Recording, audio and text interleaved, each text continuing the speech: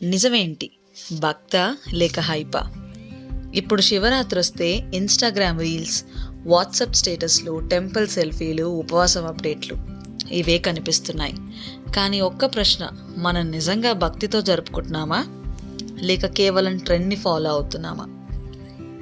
నా వ్యక్తిగత అభిప్రాయం, నేను పెద్దగా దైవభక్తి ఉన్న వ్యక్తిని చెప్పుకోను. కఠినమైన వ్రతాలు, భారీ పూజలు నేను చేయకపోవచ్చు, కానీ శివుడి మీద నమ్మకం ఉందా అంటే ఖచ్చితంగా ఉంది. కాకపోతే ఆ నమ్మకంలో ఆడంబరం ఉండదు. అసలు మహాశివరాత్రి ఎందుకు జరుపుకుంటారు? పురాణాల ప్రకారం మరియు యోగశాస్త్రం ప్రకారం దీని వెనుక బలమైన కారణాలున్నాయి. శివపార్వతుల కళ్యాణం, ప్రకృతి మరియు పురుషుల కలయికకు ప్రతీక. సముద్ర మదనం, లోకాన్ని రక్షించడానికి శివుడు విషాన్ని మింగిన రోజు. లింగోద్భవం, అనంతమైన శక్తికి ఆవిర్భావం. యోగ విజ్ఞానం, ఈ రాత్రి భూమి ఉత్తరార్ధగోళంలో శక్తి ప్రవాహం సహజంగానే పైకి పెరుగుతుంది. అందుకే ధ్యానానికి ఇది అత్యంత శక్తివంతమైన సమయం. నిజమైన శివరాత్రి అంటే అహాన్ని నాశనం చేసుకోవడం, మనసును నిశ్శబ్దం చేయడం, శరీర క్రమశిక్షణను పాటించడం, అంతరాత్మను మేల్కొల్పడం. కఠినంగా ఉన్న నిజం ఇదే అని అనుకుంటున్నాను.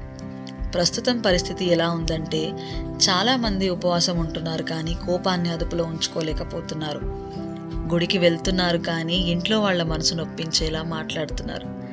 స్టేటస్లో ఓం నమ శివాయ అని పెడుతున్నారు కానీ అహంకారం మాత్రం అంగుళం కూడా తగ్గడం లేదు. ఇది భక్తా లేక సోషల్ మీడియా అప్రూవల్ కోసమా? అందరూ ఇలాగే ఉన్నారని నేను అనడం లేదు. కొందరు నిశ్శబ్దంగా నిజమైన భక్తితో శివుడిని ఆరాధిస్తారు. కానీ సోషల్ మీడియాలో కనిపించే హడావిడి చూస్తుంటే అది కేవలం హైప్ లాగే అనిపిస్తుంది. నిజమైన శివరాత్రి ఫోన్లో కాదు, మీ మనసులో జరగాలి. శివుడంటే లయకారుడు అంటారు. ఆయన నాశనం చేసేది మనుషులను కాదు, మనలో ఉన్న అహంకారాన్ని, అజ్ఞానాన్ని. ఈ శివరాత్రికి మీరు ఉపవాసం చేయకపోయినా పర్వాలేదు, గుడికి వెళ్ళకపోయినా పర్వాలేదు, కానీ ఒక్కసారి అద్దం ముందు నిలబడి మిమ్మల్ని మీరు అడగండి, నాలో నేను వదులుకోవాల్సిన చెడు అలవాటేంటి? నాశనం చేసుకోవాల్సిన అహంకారం ఏది?